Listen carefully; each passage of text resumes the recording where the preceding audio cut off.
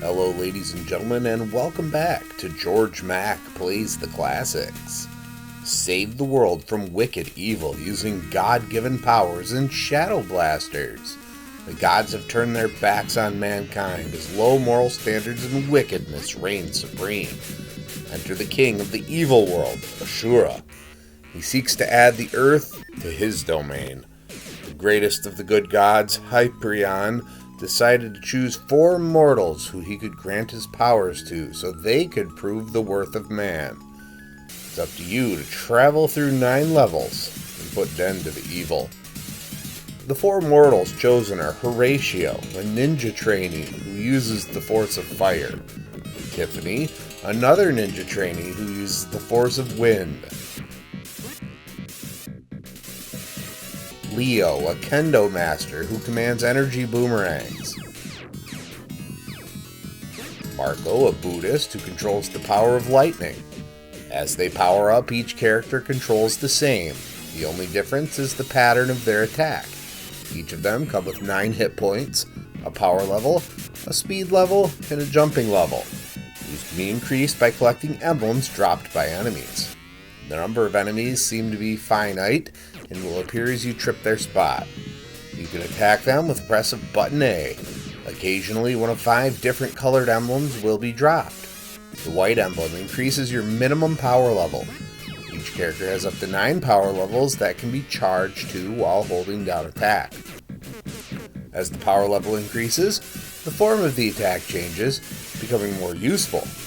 All 4 characters have pretty lame level 1 attacks, but become quite formidable by the time they hit level 9. When fully powered, Tiffany is easy mode.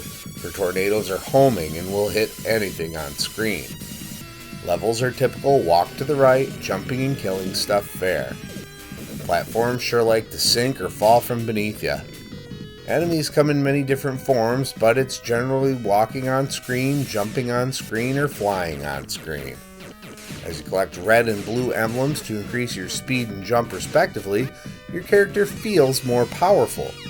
Each has their own skill levels, and you can switch between them on the fly by pressing the start button.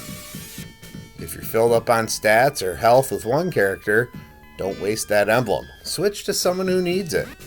Especially when you have a chance to heal health, like with the full revive black emblems. You should take advantage. The first 6 stages can be played in any order, and each ends with a boss. These aren't much to worry about, as long as you've collected some power-ups. It's a matter of finding the weakness and learning a pattern to avoid attacks. Some bosses can be made easier by hitting them with your screen-clearing magic by pressing the C button. That is, if you didn't accidentally press it during the level. Stages 7 and 8 are fixed, and final battle puts you in the shoes of Hyperion as he battles Ashura in space. Just don't get too close, unless you want to die a horribly quick death. Hyperion shoots a shotgun blast with the A button, and a long single shot with the B button. Just circle around Ashura and plink away to win. When it comes to grading shadow blasters on Sega Genesis, graphics get a 2.5. The graphics aren't amazing, but they're certainly decent.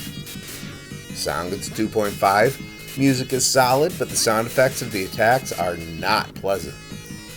Gameplay gets a 3.0. Attack stuff and jump platforms and over pits. Difficulty gets a 3.5. Definitely on the easier side of things after your first attempt to get acclimated to controls. Fun factor gets a 3.5. It was quick and satisfying. Definitely something I might come back to on a rainy afternoon. Overall, Shadow Blasters earns a 3.0 and gets a B. I'm a bit of a sucker for a game like this. Kinda reminded me of the enjoyment I got from Consaden so long ago.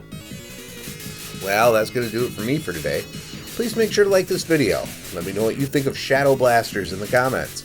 And please subscribe to Head Drop Productions here on YouTube, because we want you here for each and every video we release. Because it's your destiny.